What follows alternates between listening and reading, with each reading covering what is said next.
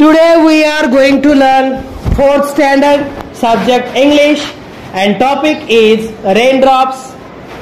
Textbook page number 10. Raindrops म्हणजे पावसाचे थेंब. First, listen, repeat, read aloud and sing.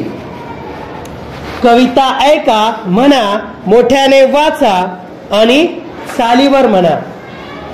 तर ही कविता मी पुढे म्हणणार आहे, तुम्ही पाठीमागे म्हणा. Oh, where do you come from? You little drops of rain. Pitter patter, pitter patter. Down the window pane. Tell me, little raindrops.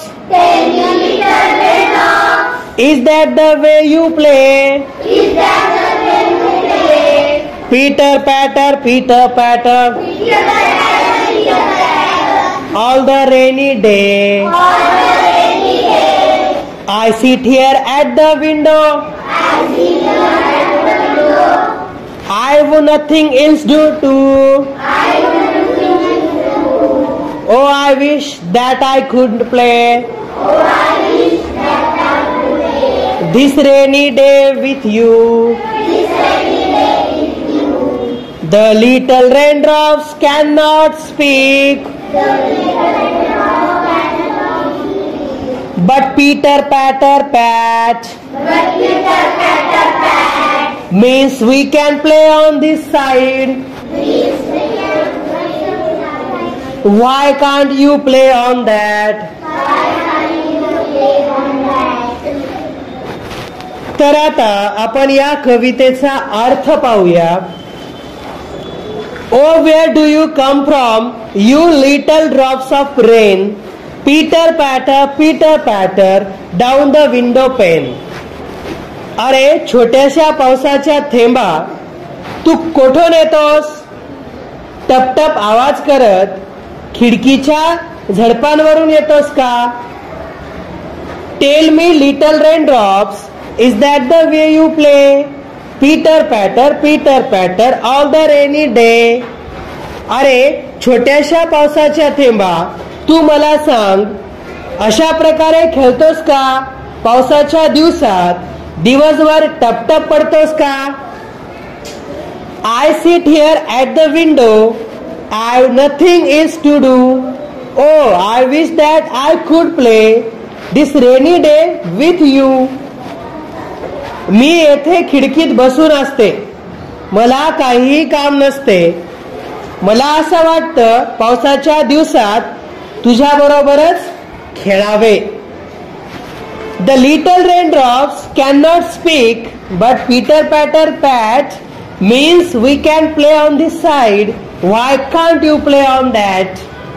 लहान पावसाचे थेंब बोलू शकत नाहीत, पण टपटप आवाज मात्र करतात आणि असं म्हणतात जसं की आम्ही या बाहेरच्या बाजूने खेळतो. मग तू का नाही आतून खेळत? Second, read aloud the following sound words. येथे काही ध्वनिदर्शक शब्द दिले आहेत, त्याचे वाचन मोठ्याने करा. पीटर पॅटर, ट्रिंग ट्रिंग, झूम झूम, बो बो, बो ओ, डिंग डोंग, बीप बीप बीप, वा वा वा. Next, what other words come to your mind on reading each word? Write them down. येथे काही शब्द वाचल्यानंतर दुसरे शब्द तुमच्या मनात येतात का, ते शब्द लिहून काढा. Example, Peter patter,